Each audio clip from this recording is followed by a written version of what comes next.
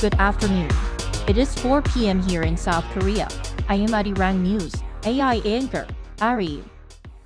Iran launched its first ever direct attack against Israel from Iranian territory, 12 days after an Israeli strike on the Iranian embassy complex in Syria.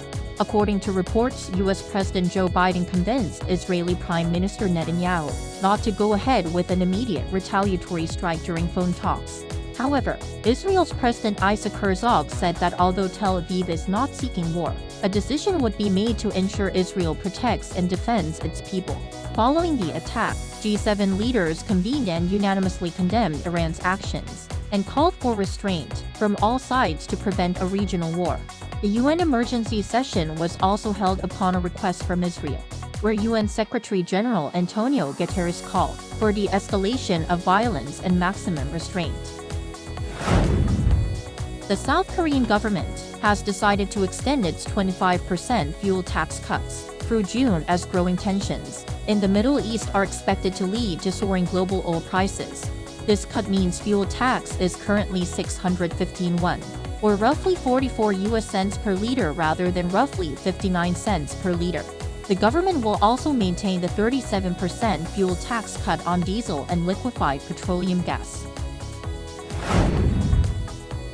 Data released by the Trade Ministry on Monday shows that ICT exports in March rose 19.4% on year to nearly $18.8 billion. This marks the fifth consecutive month of year-on-year increases for the nation's tech exports overall, and the third straight month of double-digit growth.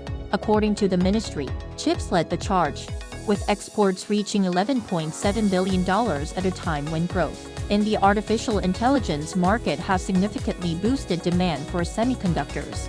Meanwhile, ICT imports for March stood at $11.7 billion, leading to a trade surplus of just over $7 billion.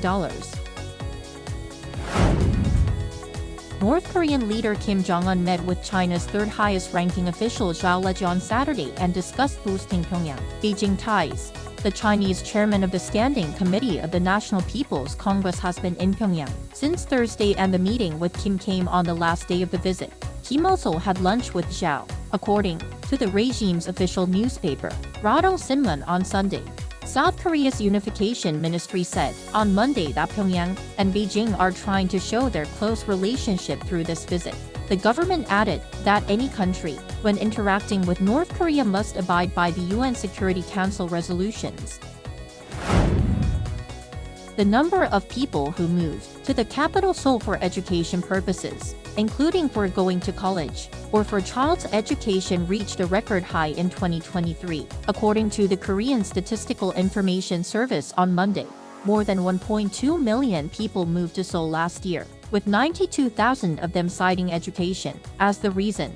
That's the highest since relevant statistics were first compiled in 2013 and an increase of 9,000 from the previous year.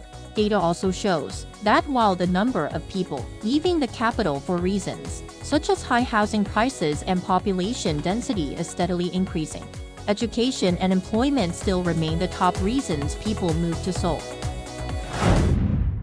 That is all for today. Thanks for watching.